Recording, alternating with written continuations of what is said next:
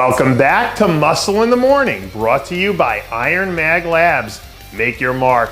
I'm Dave Palumbo, and today is Tuesday, May 16th, 2017. And let's find out what's going on in the world of bodybuilding and fitness. Whoever said big things come in small packages apparently never got a good look at Lucic Sando. Because let me tell you, there ain't nothing small about this guy. Almost halfway through his rookie season, the UK Nightmare looks like he's starting to fire up the engines again. Progress photos that surfaced over the weekend hinted at a few potential contests on the horizon, where Sandoe will look to improve on that very solid look he brought to the Arnold earlier in the year.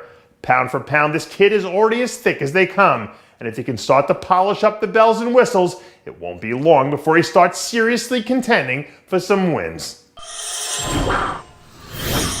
Our hockey-loving fans north of the border are probably pretty sad these days now that every Canadian team has been knocked out of the NHL playoffs. But there's still plenty of time to hop on the Henri, Pierre bandwagon.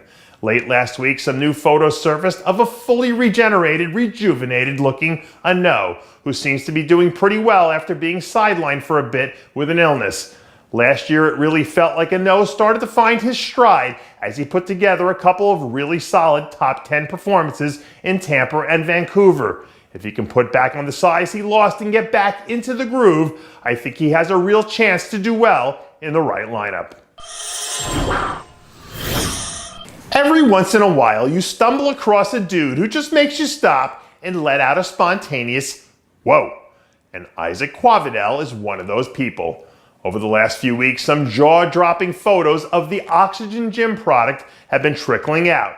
And rumor has it he's planning to make a trip our way a few weeks from now to introduce himself to the world at the Vancouver Pro. Whether or not Qavidel actually ends up making the trek is still anyone's guess at this point. But regardless of what happens next, this guy is someone who needs to be on everyone's radar starting now. I'm a firm believer in the fact that every man is the author of his own destiny.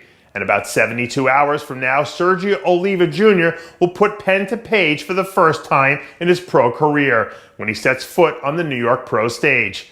Over the week, Sergio released some video from one of his last back training sessions before the show, as he tries to etch in a few last finishing touches.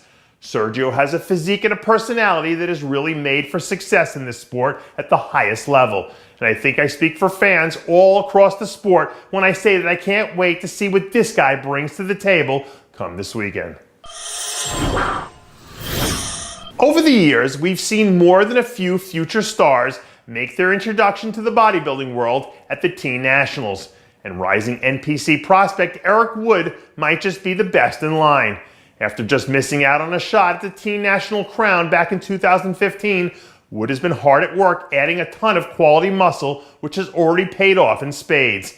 After blazing the stage at last weekend's Mike Francois Classic, Wood now has his sights set on making waves a few weeks from now at the Junior USA.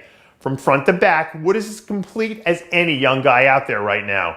And as long as he focuses on quality, not quantity, this kid's future is going to be very, very bright.